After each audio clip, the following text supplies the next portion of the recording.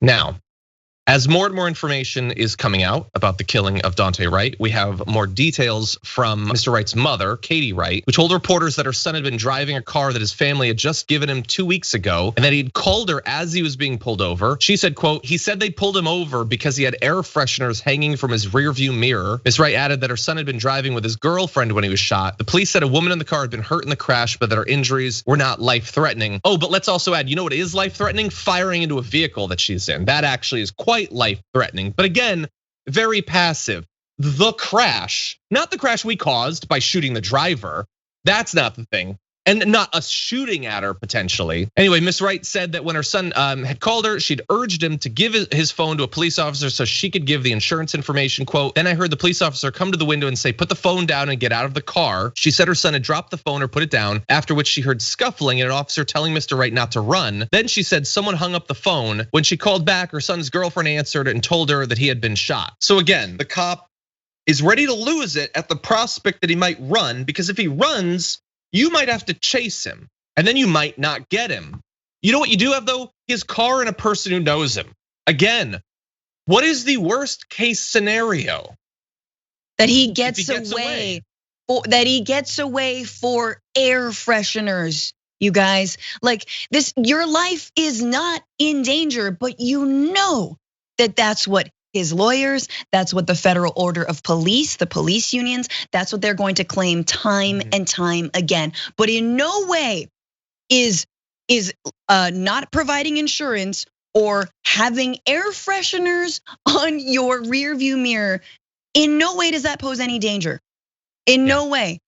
And that's the other thing is that, again, it is not about the stop. Like John said, I mean, you think about the amount of Karen videos, and I don't know, when you said that, it reminded me of the fact that like, if Karens were black, they wouldn't be alive. Because it is, you can't freak out when you're a person of color. You can't have a public freak out. You can't have a mental health crisis because you will be criminalized and you will be like cut down by people who are quote unquote afraid for their lives. I mean, and once again, I mean, this reminds me of I'm gonna forget his name. Is it Alton Sterling, who was killed in front of his girlfriend as well, and his child who was in the car, and she had to remain calm. You have to remain calm even though the police have just murdered your loved one because you don't want to get murdered by them. Exactly. Yeah, and the only thing I would add to that, totally, you can't freak out, you can't have a mental health issue, you can't have anything, but also, and this is to preempt well, just do what the cops say. Yeah, but also a lot of the times when you do exactly what the cops say, you still get killed. So let's also add that. Not having any issue does not mean there's not gonna be an issue, because very often there's an issue even though there's no reason. I'm also seeing now breaking news that the cop accidentally pulled his gun instead of his taser. Okay, I'm not a cop, I don't carry a gun, and I don't carry a taser. I have a feeling they're different enough that you can tell the difference by touching them, by knowing where on your body they are. I feel like that is not too high of an expectation. And here's the thing, if you can't tell the difference, then you probably shouldn't have either of them.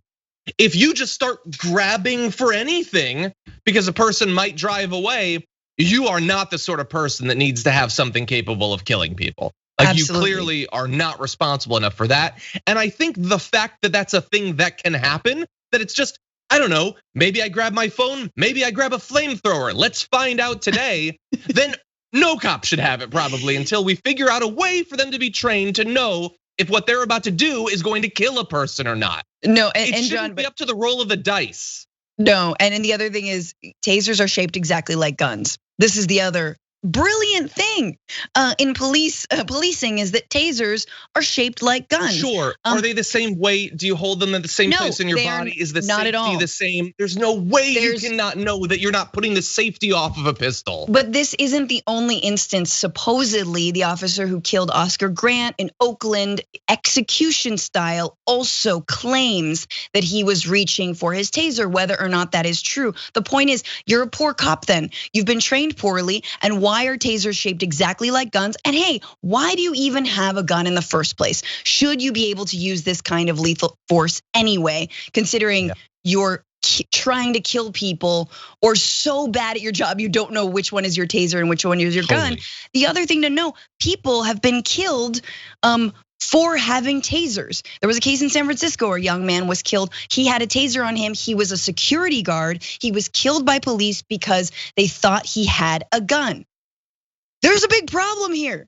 There's a pretty big problem. And also tasers, let's be real, people have died from being tased. We're not saying that's a solution, but man, it's better than immediate lethal force. Exactly. And by the way, we're responding to breaking news. It might be different tomorrow, I don't know. So just bear that in mind. We're responding as stuff literally is popping up right now.